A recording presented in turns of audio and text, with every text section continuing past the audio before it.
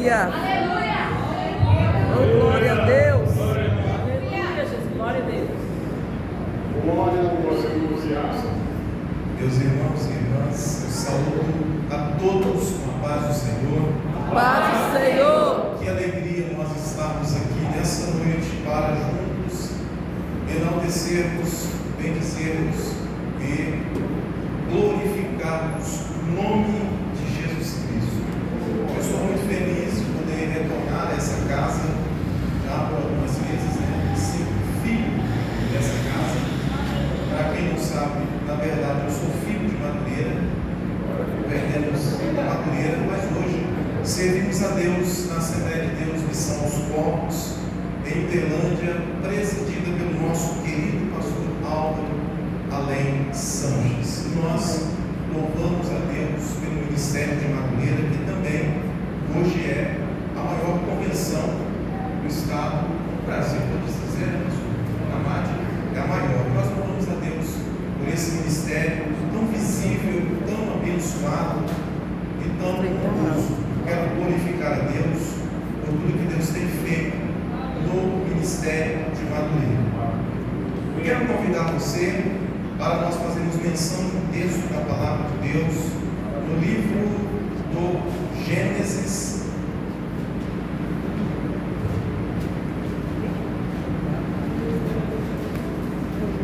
Gênesis capítulo de número 29. Gênesis capítulo de número 29. Enquanto você localiza esta referência bíblica, eu quero fazer os meus agradecimentos da pessoa do pastor Francisco César, que é o líder dessa igreja. Muito obrigado, pastor, pelo carinho, pela confiança em nos franquear essa tribuna. Também, pastor Duarte, obrigado pelo carinho, pela recepção. Me sinto muito lisonjeado em poder estar aqui com vocês nessa noite. Também agradecer ao pastor Luiz Maia, sempre tão alegre, disposto. E nós louvamos a Deus pela sua vida. Prazer rever a sua esposa, Neuza, sempre está no nosso coração. Muito obrigado. E eu não quero citar nomes, porque poderia cometer erros aqui. Essa igreja é uma igreja amável, é uma igreja brilhante, é uma igreja espetacular. E nós temos amigos e muitas amigas aqui que acompanham o nosso ministério já há algum tempo, né? Cantora Ângela, evangelista Ivan e tantos outros que eu não vou citar nomes para não cometer aqui erros, tá bom? Sinta-se abraçado com seu Breiro, amigo, Breira, sinta-se abraçado. Esta saudação, ela é extensiva a você também. Quero aqui citar também a liderança de jovens na pessoa da irmã Karen, do irmão Gabriel, do irmão Otávio e da irmã Maiara. Quero louvar a Deus por essa liderança. Muito obrigado pela confiança, pelo convite. Me sinto agradecido a Deus pelas vossas vidas. Deus venha abençoar vocês e no próximo ano, se vocês quiserem convidar esse irmão pregador, será uma alegria poder estar aqui com vocês. Também fazer menção aqui nos líderes regionais, irmã Rosvanda e irmã Lucia, que falou agora há pouco. Sinta aí um abraço fraterno em Cristo Jesus. Dito isso, meus irmãos e minhas irmãs, nós queremos agora fazer menção de um texto da Palavra de Deus, esse texto que é um pouco extensivo, mas que Deus colocou no meu coração e eu quero partilhar com cada um de vocês aqui nesta noite. Alguém me ouve e diga amém? Amém! Vamos para a Palavra de Deus, Gênesis capítulo de número 29. Localize aí o versículo de número 1. Gênesis, capítulo de número 29, versículo 1. Nós iremos ler alguns versos aqui decorrentes até o versículo de número 13. Eu gostaria de pedir a sua atenção para que você absorvesse aquilo que Deus quer transmitir à nossa vida, ao nosso coração, à nossa alma nesse lugar aqui. Alguém achou Gênesis 29, verso 1? Diga amém. Amém. A palavra de Deus diz assim nessa noite: E Jacó seguiu a sua jornada e veio à terra do povo do Oriente. ele olhou e eis que estava ali um poço no meio do campo, e eis que estava ali 3 rebanhos de ovelhas deitados junto a ele, porque daquele poço davam de beber aos rebanhos, e uma grande pedra estava sobre a boca do poço. Versículo 3: e ali estavam reunidos todos os rebanhos, e eles removiam a pedra da boca do poço, e os pastores pegavam água e davam de beber às ovelhas. E novamente, após isso, colocaram a pedra no lugar sobre a boca do poço. Verso 4: Jacó lhes disse: meus irmãos, de onde sois? Eles responderam e disseram: nós somos de Harã. Ele disse: conheceis Labão, filho de Naor? E eles disseram: nós o conhecemos.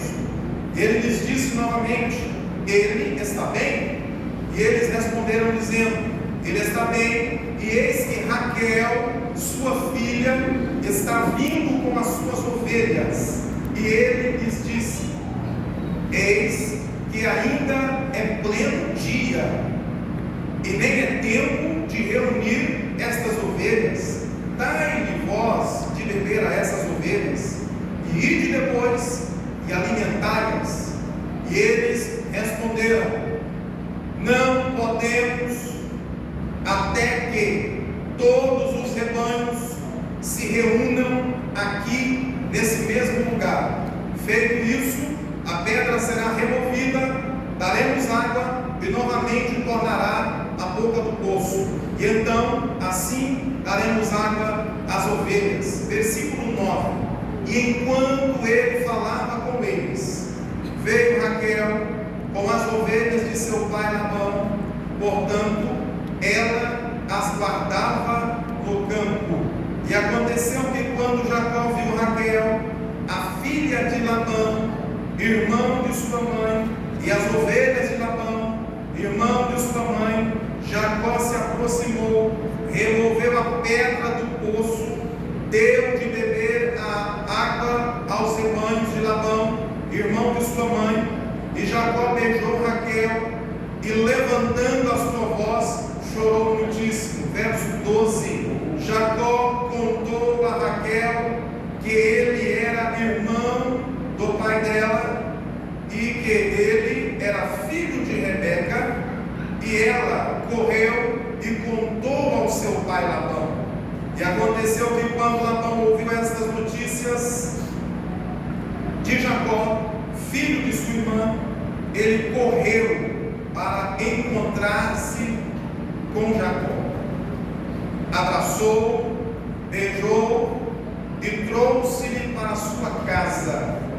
E Jacó contou a Labão todas essas coisas que se ocorreram. Querido Deus, louvamos a Ti pela leitura da Tua palavra.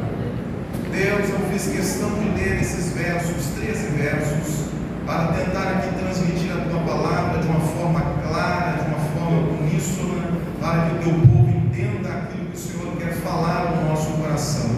Eu peço a Ti a habilidade, como a caneta nas mãos de um hábil escritor. Me ensina, Senhor, nesta noite a transmitir aquilo que o Senhor quer falar conosco por amor à Tua palavra. Amém. Você pode glorificar a Deus, enaltecer a Ele, porque Ele marcou esta reunião para falar no nosso coração.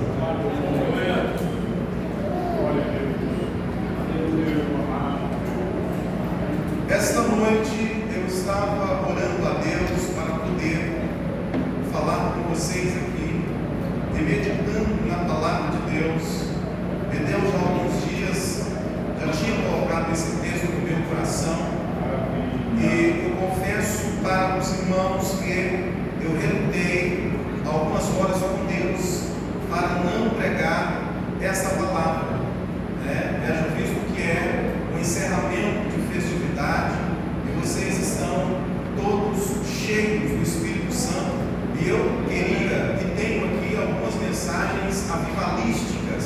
para a ocasião, mas Deus me fez debruçar sobre o capítulo 29 do livro do Gênesis para poder entender algumas coisas que Deus permitiu ser registrado nesse capítulo de número 29.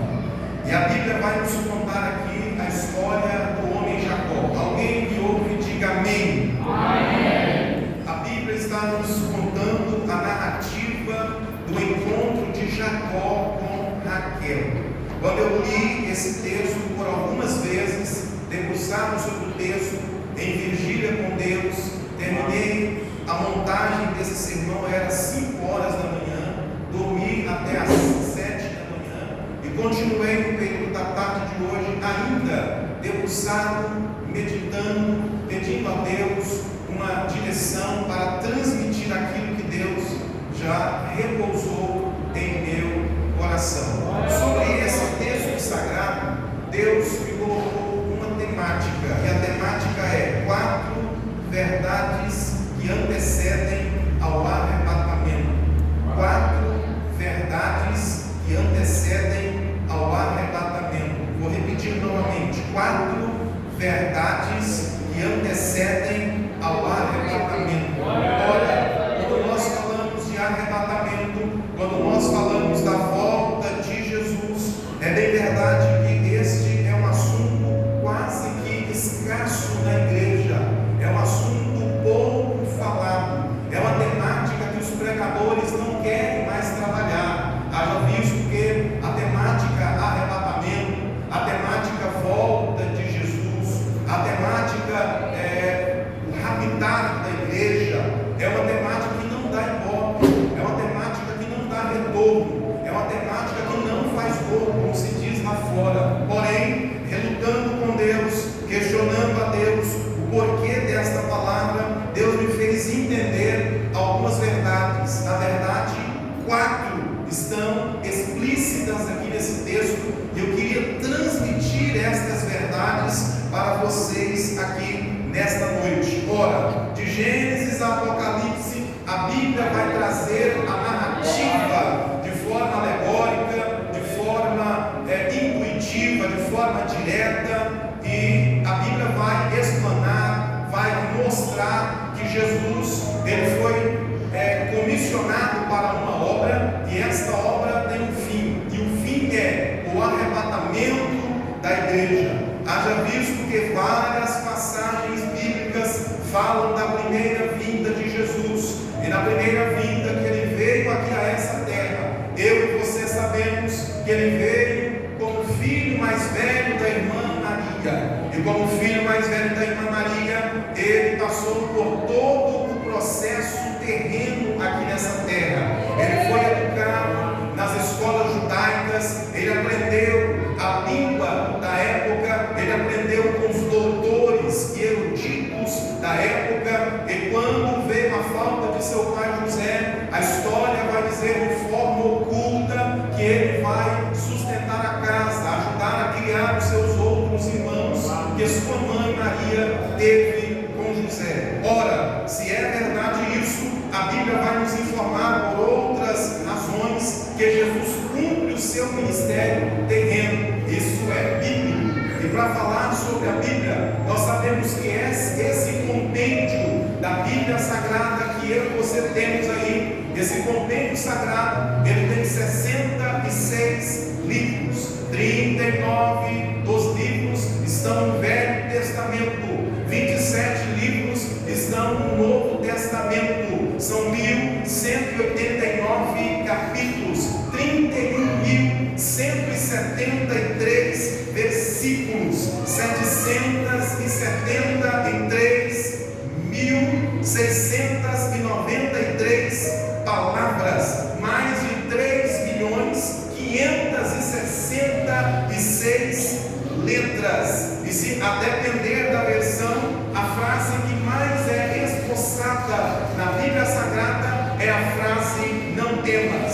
Os maiores exegetas da Bíblia Sagrada vão dizer que esta frase "não temas", ela se repete por todo esse compêndio sagrado por mais de 360 vezes. vezes na Bíblia, ou seja, alguém que denota a importância de dizer e de ressaltar que ele está dizendo para mim e para você que não temas, continue a sua jornada, eu estou contigo, não temas. É uma afirmativa para cada ano ou para cada dia da Bíblia, inclusive o ano bissexto. Ou seja, nós temos aqui a promessa de Deus nesta palavra. E por falar em promessa, quantos de nós já não lemos Evangelho de Jesus Cristo, segundo escreve João, no capítulo de número 14, dos versículos 1 a 3, que está escrito assim: não se turbe o vosso coração, crede também em Deus, ou crede em Deus, crede também em mim. Na casa de meu pai há muitas moradas. Se não fosse assim, eu vos teria dito: vou preparar-vos lugar. E Jesus disse: se eu for e vos preparar lugar, voltarei outra vez e vos levarei para mim mesmo, para que onde eu esteja, estejais vós também. É uma indicação de que ele pensa em mim, ele pensa em você, ele ama a mim, ele ama você, ele ama o povo de Deus, ele ama a igreja, e ele está preparando as mansões celestiais para receber a igreja. Como se não bastasse isso, quando você abre a sua Bíblia no livro dos Números, no capítulo de número 23, versículo de número 19, a Bíblia diz: Deus não é homem para que minta, nem filho do homem para que se arrependa. Porventura diria ele, e não o faria, ou falaria ele, e não cumpriria a sua palavra. Levanta a tua mão e lá vai uma palavra profética para alguém aqui nessa noite. Há uma palavra direcionada de Deus ao teu respeito, e nesta noite, se eu fosse você, eu tomava posse desta palavra, porque a palavra dele não volta vazia. A palavra dele, segundo essa própria escritura, ela faz o que lhe apraz. E se ele determinou algo ao teu respeito, tenha certeza disso, moço, tenha certeza disso, moça. A palavra dele vai se cumprir na tua vida, na sua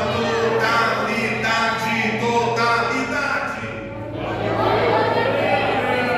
A Bíblia diz em Josué 21:45, palavra alguma caiu das boas palavras que o Senhor Deus, por intermédio de Moisés, falou ao seu povo. Palavra alguma caiu. A palavra dele continua de pé, a promessa dele continua de pé, ainda está validada, ainda está chancelada, ainda está em vigor, ainda está em alta. A palavra dele não caiu. Verso 45 do capítulo 21 de Josué diz: a palavra dele não falha, a palavra dele não volta atrás, a palavra dele permaneceu firme como a casa de Israel. Versículo de número 14 do capítulo 23 de Josué diz: nenhuma sua palavra falhou de todas as coisas que ele prometeu. Vosso Deus cumpriu todas as coisas que ele falou. Tudo quanto falou lhe sobrevieram. Nenhuma das suas palavras falhou. 1 Reis 8:56. Bendito seja o Senhor, que deu repouso ao seu povo, o povo de Israel, segundo tudo quanto ele falou. Nenhuma sua palavra caiu. De todas as boas palavras que ele falou, pelo ministério dos santos profetas de Israel. Se eu fosse você, eu levantava a mão nesta noite, tomava posse daquilo que ele tem falado ao teu respeito, tomava posse daquilo que ele tem dito a respeito da tua casa, a respeito da tua família, porque ele é o Deus que cumpre a sua palavra. Glória a Deus. A Bíblia diz que ele vai voltar para arrebatar a sua igreja. Maravilha. A Bíblia diz que ele vai tomar a sua igreja num abrir e num fechar de olhos. Eu vim aqui nesta noite na incumbência de alertar você, a incumbência de fazer isso ficar aflorado na sua vida, despertado na sua Eu vim aqui nesta noite, rapaz, moça que me ouve, adolescente que me ouve, dizer para você que Ele prometeu voltar para arrebatar a sua igreja, e que não fique só nas minhas palavras, pois a volta de Jesus é mencionada mais de 1845 vezes em toda a Bíblia. No Novo Testamento nós temos 318 expressões, afirmações, ditos, frases de Jesus, dos apóstolos e dos líderes religiosos, dizendo que Ele vai voltar para buscar a sua igreja. Existe na Bíblia mais de 8.573 promessas de Deus ao seu povo. Ora, e a Bíblia diz que elas não caíram por terra, a Bíblia diz que elas não perderam a sua valia, a Bíblia diz que elas não perderam o seu vigor, a Bíblia diz que elas não perderam.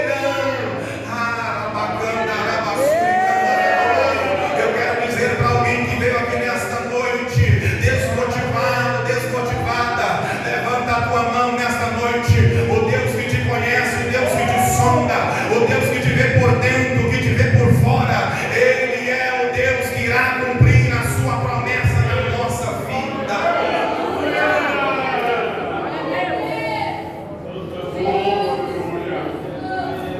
O pregador, não estou entendendo.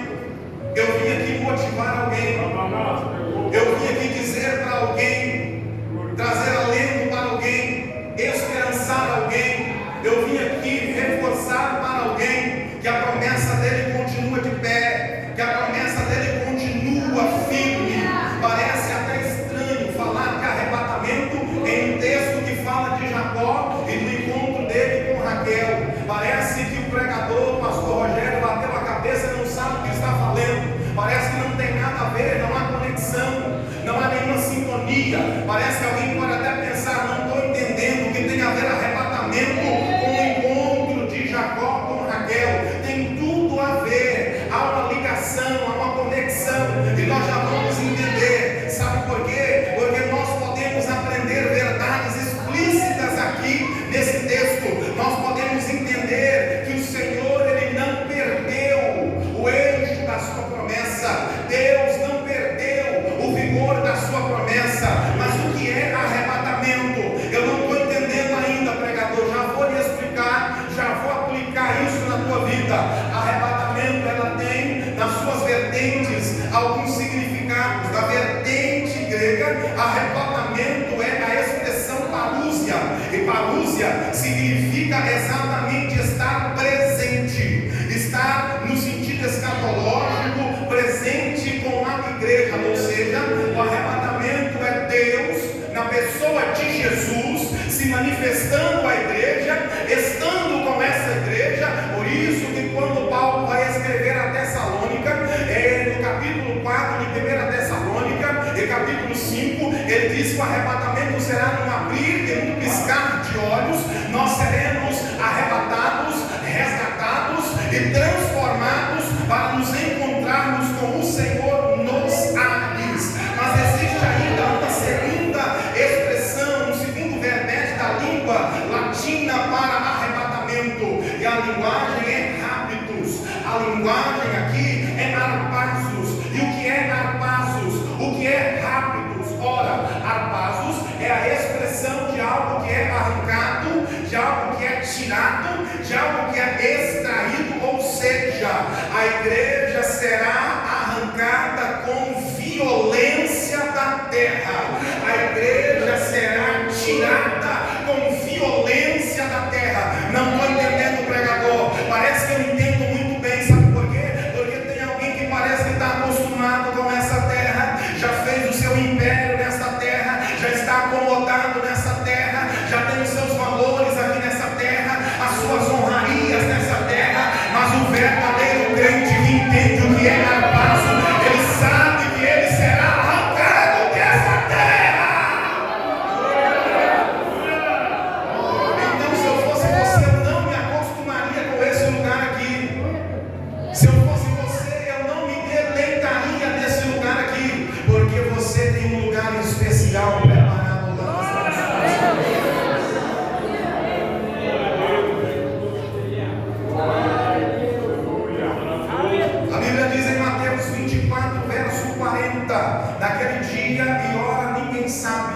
texto diz: estarão dois no campo, um será tomado e outro será deixado. Arrebatamento é surpresa de Deus, surpresa para a igreja, surpresa para o ímpio, surpresa para Israel, surpresa para aqueles que estão desviados, surpresa para aqueles que estão afastados da igreja. Arrebatamento é o maior fenômeno que acontecerá nessa terra. O maior fenômeno que vai haver na terra não é o Brasil conquistar o 5º título da Copa Mundial. O maior fenômeno não é o presidente da direita sentar-se no governo do Brasil. O maior fenômeno não é alguém ser intitulado, empossado como capitão, como líder. O maior fenômeno da terra é o arrebatamento da igreja.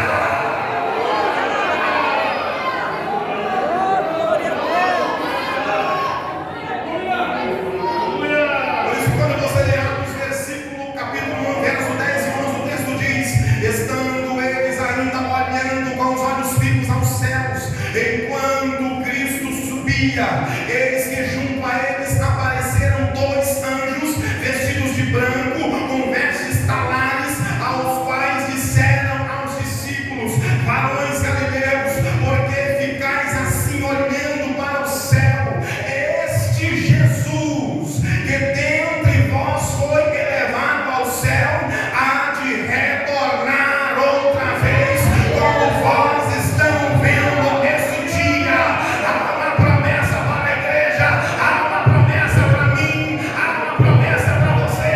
Levanta a mão se você crê nessa promessa e adore a Ele.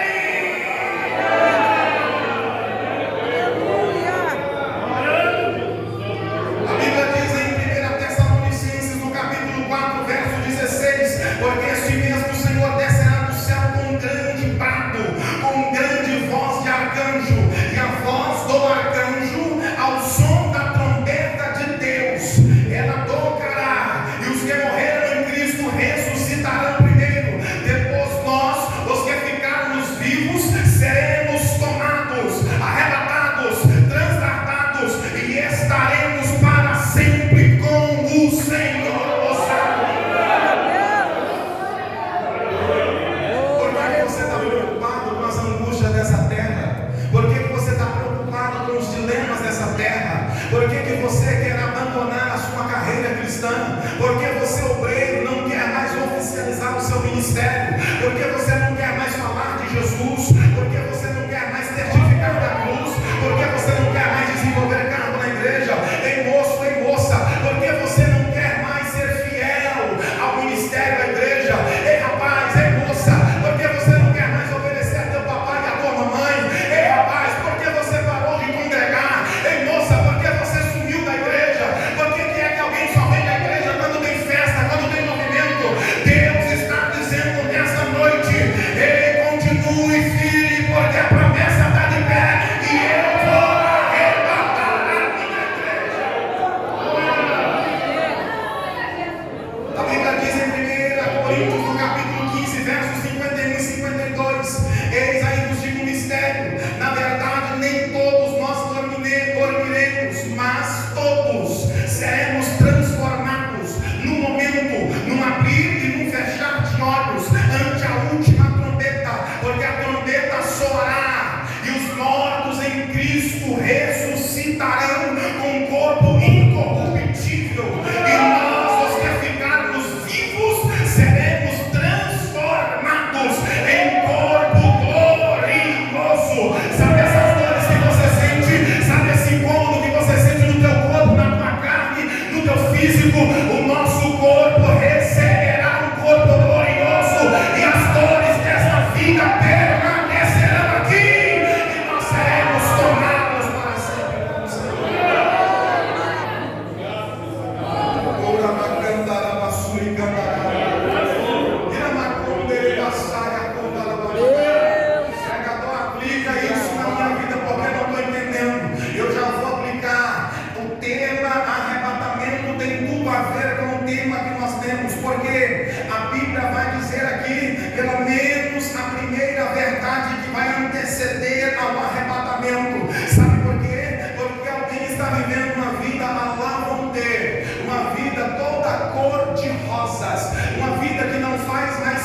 no sentido espiritual, claro, uma vida que não tem mais ênfase espiritual, uma vida que nós costumamos chamar de fraca, uma vida sem força, uma vida sem graça, uma vida sem empenho, uma vida sem dedicação, sem zelo, sem comunhão, sem verdade, sem absolutismo.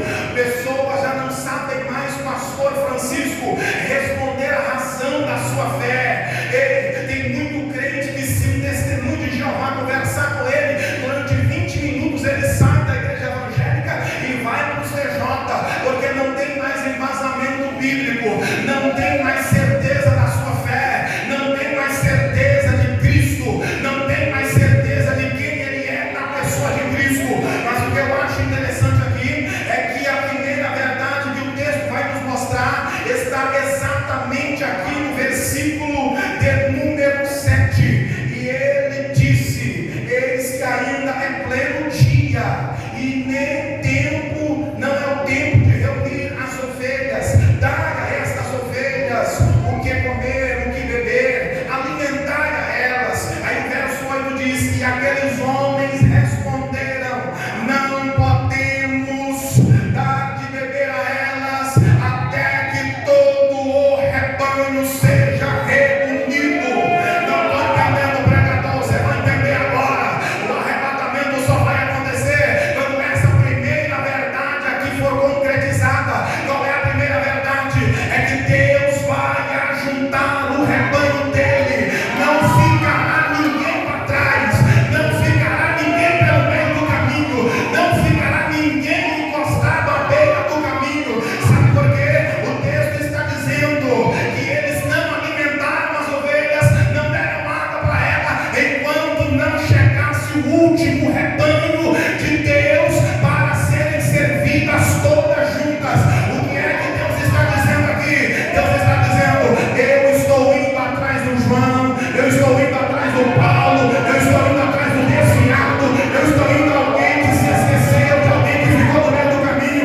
Moça e moça, Deus está dizendo: eu quero usar você, eu quero usar a tua especialidade, eu quero usar o teu dom, eu quero usar alguém para juntar o meu rebanho, para trazer o meu rebanho. Sabe o que Deus está dizendo aqui?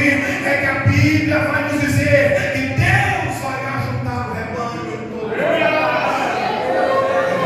Levanta a mão direita, levanta a mão bem alto, bem alto, bem alto. Pode alegrar o teu coração nessa noite, pode alegrar, porque você tem orado pedindo para Deus salvar o teu esposo, para Deus salvar a tua esposa, para Deus salvar o teu filho, tua filha, parente, para Deus salvar o teu amigo. Você tem pedido para Deus abrir os olhos dele e dela, você tem pedido para Deus ter misericórdia dele ou dela, e nessa noite é sempre para você, em alto e bom som, que haverá uma verdade de Deus. E qual é a verdade? Deus vai ajuntar, não importa onde esteja, não importa a condição, não importa aonde é que ele tenha que ir, ele vai lá na boca de fumo, ele vai lá no prostíbulo, ele vai lá na doença, ele vai aonde for preciso ir, mas ele vai ajuntar o rebanho, vai ajuntar o rebanho, vai ajuntar o rebanho, vai ajuntar. Então alegra o coração nesta noite, porque ainda há esperança.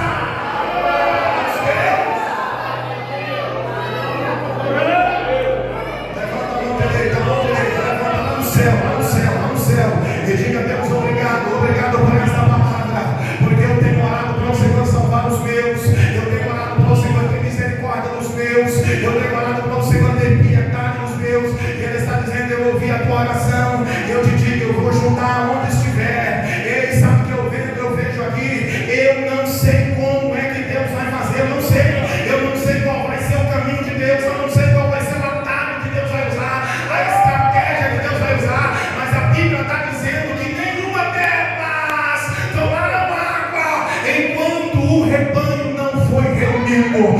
Deus está dizendo para mim e para você: o arrebatamento vai acontecer, mas primeiro Deus vai juntar, Deus vai atrás. É como o bom pastor que perdeu uma ovelha e foi atrás. Não importa se é deserto, não importa se é longe, não importa se é árido, não importa. O importante é que o rebanho será junto, estarão juntos para participarem do banquete do nosso pastor.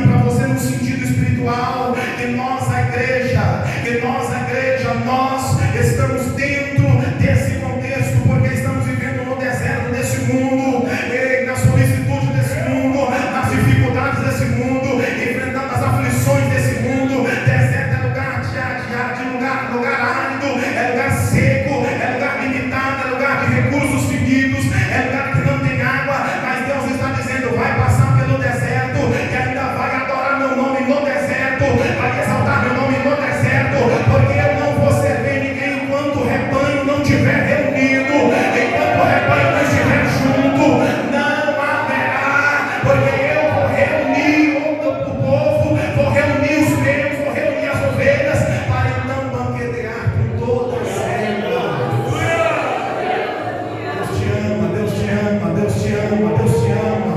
Eu não sei como você entrou aqui nesta noite, mas eu tenho que te dizer isso: Ele te ama, Ele quer que você volte para o aprisco, Ele quer que você volte para a casa dEle, Ele quer que você venha comungar com Ele, Ele quer que você venha adorar a Ele, Ele quer que você venha servir a Ele em alegria, em alegria. A Bíblia diz em Apocalipse 7, verso 16: nunca mais esse povo vai passar fome, nunca mais terão sede, nem sol, nem calmaria alguma cairá sobre eles, porque o Cordeiro de Deus está no meio do trono, apacentará o seu rebanho e lhes servirá de guia, de fonte de águas vivas, e Deus limpará dos nossos olhos todas as lágrimas.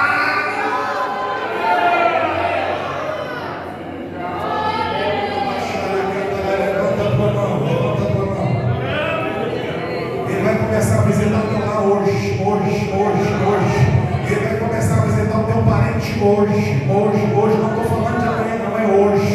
Através da tua adoração aqui, através do teu louvor aqui, Ele vai delegar um anjo para visitar lá no teu lar, para visitar lá naquela cidade, para visitar lá naquele lugar distante, naquela área remota, naquele lugar rural. Ele vai delegar um anjo para revelar o poder dEle, para revelar a graça dEle. Eu não duvido de Deus hora nenhuma, porque Ele tem os meios de trabalhar, o jeito de trabalhar, a eficiência para trabalhar. Ele sabe como fazer, e Ele fará nesta noite. Vamos correr aqui. Qual é a segunda verdade? A segunda verdade que antecede o arrebatamento é que a Bíblia vai dizer aqui no versículo de número 2: ali estavam reunidos todos os rebanhos e removiam a pedra da boca do poço e davam de beber às ovelhas. Depois colocavam a pedra no mesmo lugar novamente e tapavam a boca do poço. Agora vai apertar para nós os obreiros, vai apertar, vai estreitar para nós, porque a Bíblia diz que esses pastores que dirigiam, que apacentavam os rebanhos, pastor Francisco, diz a Bíblia Sagrada que esses pastores, eles estavam de frente ao poço. Ora, o poço tinha águas vivas. Repita comigo: águas vivas. Águas vivas. Águas vivas. Águas vivas. E a Bíblia diz que os rebanhos estavam com sede. Repita comigo: os rebanhos estavam com sede. E aí a Bíblia vai nos informar, a mim e a você, que os pastores, aqui quando fala de pastor, está falando de líder, está falando de alguém que lidera, está falando de alguém que está na frente da obra, está falando de alguém que intercede, está falando de alguém que lida com o público, está falando de alguém que ensina, está falando de obreiro, está falando de nós que estamos alimentando esse povo. Mas aqui a Bíblia está dizendo que o arrebatamento não acontecerá enquanto Deus não tirar a pedra que está impedindo o rebanho de se alimentar. E sabe o que é mais triste? É que a Bíblia diz que os pastores sabiam como alimentar, sabiam de que forma alimentar, sabiam o horário de alimentar, sabiam as estratégias do alimento, a água, a sede das ovelhas. Mas o texto diz que eles fechavam a boca do povo.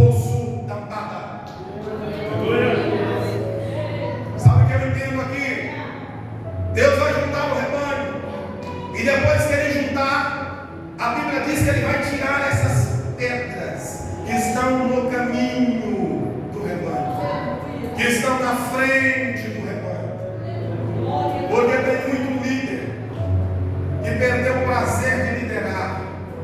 Tem muito líder que perdeu a essência da liderança, se tornou emudecido, emudecida, não tem mais a essência do Espírito, não tem mais a graça do Espírito, trata todo mundo mal, fala mal do pastor, fala mal do ministério, não alimenta as ovelhas, não deixa as ovelhas edificadas.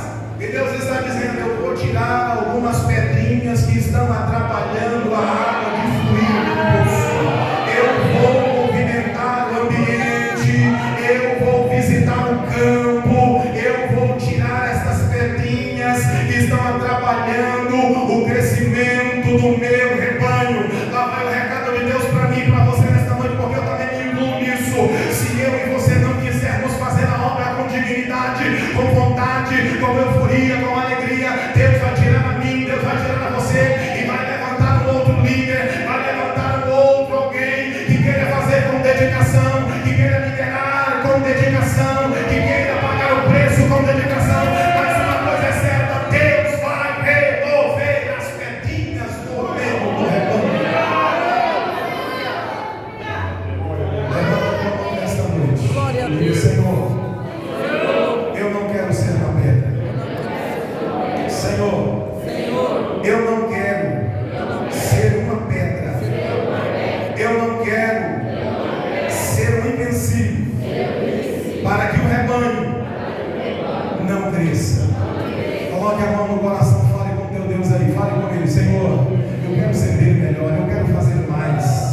É bem verdade que eu estou diante de uma igreja brilhante, Pastor Francisco, uma igreja completa, uma igreja que tem músico, tem cantor, tem obreiro, uma igreja fantástica, mas nós podemos melhorar. Está ouvindo o líder? Está ouvindo o obreiro? Nós podemos melhorar, nós podemos fazer mais, nós podemos ir além, nós podemos sofrer mais um pouco. Havia uma cultura na língua romana, me lembrando aqui, que a cultura era que alguém que andava uma milha, se fosse cobrado andar mais, ele deveria caminhar 2 milhas.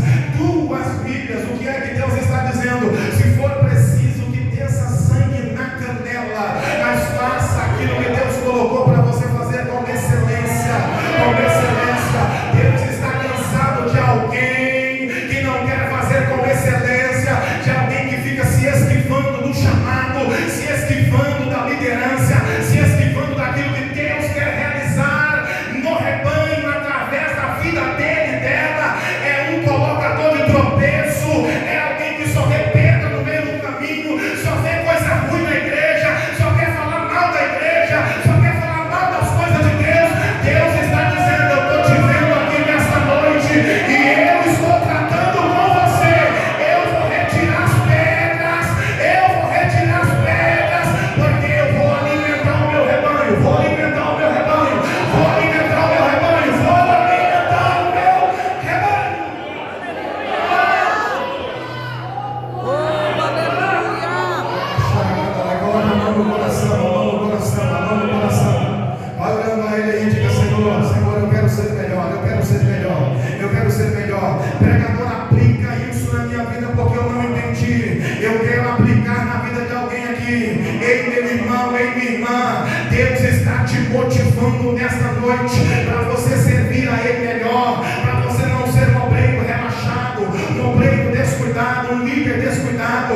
Eu não entendo qual é esta mentalidade de um líder que cobra de alguém, mas não é exemplo, de um líder que persegue alguém, mas não é exemplo, de um líder que fala de alguém, mas não é exemplo. Para você cobrar, você tem que ser exemplo na oração, na comunhão, na palavra, no testemunho. Então entenda nesta noite que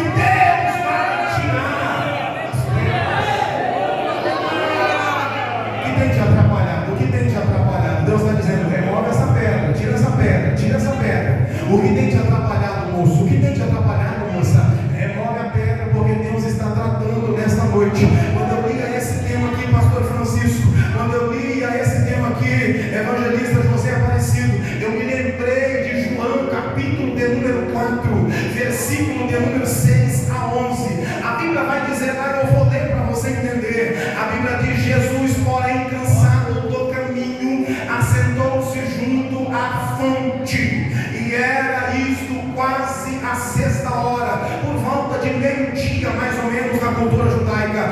Veio uma mulher, versículo de número 7, veio uma mulher de Samaria para tirar água do poço. Disse-lhe Jesus na ocasião: mulher, dai-me de beber. A mulher respondendo, disse: como, pois, dirige a palavra a mim, sendo tu judeu, e pedindo de beber, sabendo que eu sou mulher samaritana? Jesus olhou para a indumentária da mulher, olhou para a vestimenta da mulher, olhou para as características, fisionomias da mulher, identificou que era uma samaritana, e propositalmente, não foi aleatoriamente, propositalmente, Jesus disse: me dá de beber. Jesus pediu água para tomar. O dono da vida, a fonte da vida, a água que jorra de Deus para a humanidade, pedindo água para uma mulher que na cultura da Samaria era mulher adúltera. Por isso que ela vai ao meio-dia, quando não tinha mais ninguém pegando água, ela vai lá, porque ela não queria ser reconhecida, ela não queria que ninguém te visse,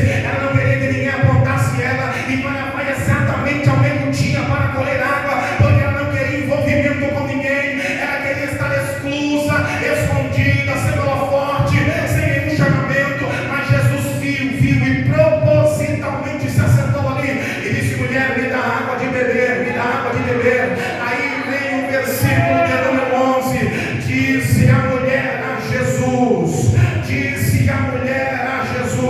Senhor, tu não tens com que tirar a água, o poço é fundo, onde pois tens água viva? Olha aqui a revelação de Deus. Sabe por que aqueles pastores não deram água para o rebanho? É porque todo poço tem profundidade, meu irmão. Não adianta vir aqui na frente da igreja querer encher linguiça, querer falar do que você não sabe. Tem que descer agora no fundo do poço e pegar a água, tem que pagar preço. Jesus reconhece que aquela mulher era uma evangelista de primeira, porque ela disse: eu não tenho corda, Senhor, o poço é fundo. Aí Jesus, numa linguagem oculta, vai dizer: é verdade, mulher, para descer no poço, para pegar água, tem que ter corda, tem que ter embasamento bíblico, tem que ter substância, tem que ter conhecimento.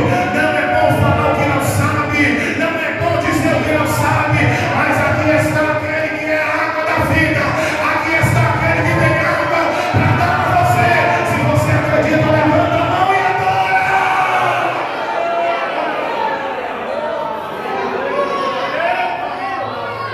Levanta a mão ao céu, ao céu, ao céu, e diga: Senhor, eu quero água, eu quero água, eu quero água, eu quero água, eu quero água, eu quero água, eu quero água. Eu tenho corda, Senhor, eu tenho corda para pegar água, eu tenho corda, eu tenho coragem, eu tenho vontade de descer o poço, eu tenho vontade de cavar o poço, eu tenho vontade de pegar água lá no fundo do poço para alimentar o teu rebanho.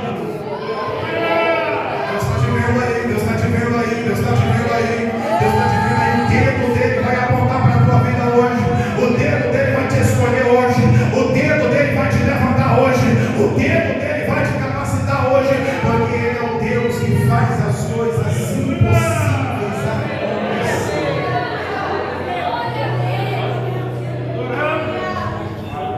Oh, glória, glória. Aleluia. Terceira verdade que eu descer no arrebatamento, e aqui eu começo a caminhar para o final da mensagem. A Bíblia diz no versículo de número 2: Jacó olhou, e eis um poço no meio do campo, e eis que ali estavam 3 rebanhos. Quantos rebanhos? 3. Quantos rebanhos? 3. E a Bíblia vai dizer 3 rebanhos de ovelhas deitadas. Qual que é o nome do conjunto aqui? Chamados para fora. Essa expressão chamados para fora da língua portuguesa, ela tem origem em 2 verbetes gregas. A primeira verbete grega é um sufixo chamado ek. Ek é tirar, é arrancar. Ek é tirar. Clésia vem do grego, da expressão verbal grega kalel. Kalel significa chamar. Então o que a Bíblia está dizendo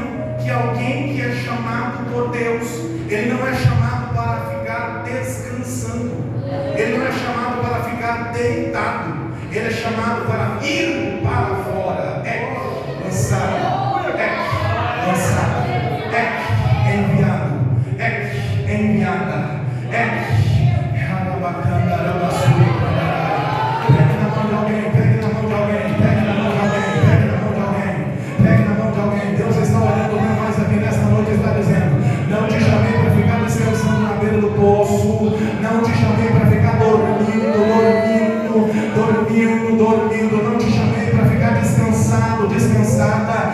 Você foi chamado para fora, eclésia, chamados para fora, eclésia, enviados para fora. Deus quer usar a mim, Deus quer usar a você, Deus quer usar a nós para sermos enviados, comissionados, lançados, porque a Bíblia diz que quando Jacó viu aquelas ovelhas deitadas, a Bíblia diz que ele logo pensou: mas o que é isso? A essa hora do dia, o dia nem acabou e já tem alguém descansando, o dia nem terminou e já tem alguém pendurando as chuteiras, abandonando o ministério, querendo voltar para trás. Sabe o que eu percebo aqui? Jesus está dizendo para mim e para você que Ele quer renovar a minha força, a tua força, porque estar deitado à beira do poço não é um bom sinal, é um sinal de uma anemia espiritual, é um sinal de um enfraquecimento espiritual, é um sinal de que alguém precisa ser despertado, despertada, levantado, levantada. Ei, ovelha, ei, rebanho, Deus está dizendo: não é tempo de descansar, não é tempo de se cansar, não é tempo de parar, não é tempo de se aposentar. Levanta a tua mão nesta noite, receba a vida, receba a vida, receba a vida, receba a vida para fazer a obra dele, para fazer a obra no campo.